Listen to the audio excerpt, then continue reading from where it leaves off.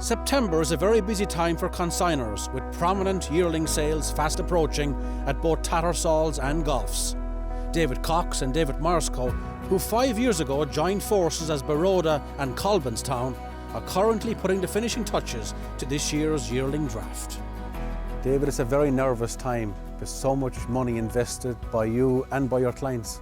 It's a very nervous time, Brian, but I've seen these foals being born here. We've looked at them all year here. We've seen them prepped. We've seen how athletic they are. I love to see a good trainer get them, and then when I see them win the track, it's satisfaction. Like athletes, horses are also athletes. They need nurturing and cuddling. What goes into a sales preparation for a yearling? The sales preparation is 10 weeks basically. Every horse is catered for individually. They're athletes at the end of the day, so they have individual feed regimes, exercise regimes.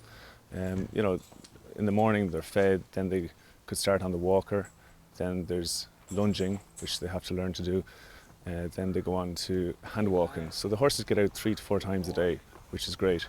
So every horse is an individual and you're watching it every couple of days to monitor his or her progress? Both exercise-wise and feed-wise. Some days you might have to back off and feed, back off and exercise. They come in 3 sections, like they have a middle, a neck and a back end, and you have to pull the whole lot together by the time in your 10 weeks of sales preparation. And by increasing the feed and the protein, it's like any athlete. If you see Paul O'Connell, the sort of protein levels he has to take to be the size and the strength he is, the same with the yearlings.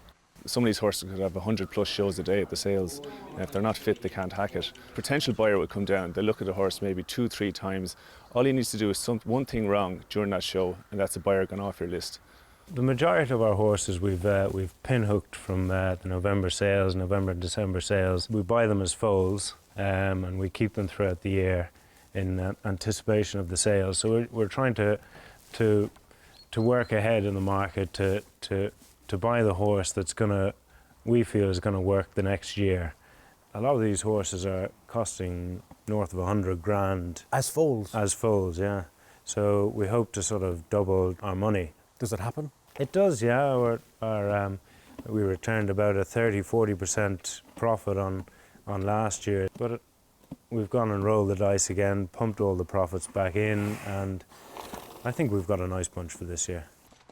The 2 weeks of the sales season in Ireland is going to see 1,400 horses go through the ring, all potential stars, all next year's future classic winners, and they'll generate sales of over 50 million.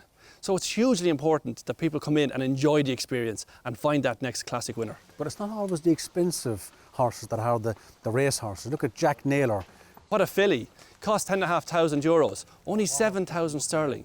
And with the value in that currency now, with the sterling strengthening, it's never been a better time to invest in that Irish bloodstock. I'm sure there must be 1 or 2 that have taken your eye. There always is 1 or 2, but then sometimes you get surprised because you have an ugly duckling maybe that might go through the ring and you mightn't get fortunes for, and suddenly it's the one that ends up being the racehorse. You turn up in Ascot and one of your horses runs well or wins, and that's the goal.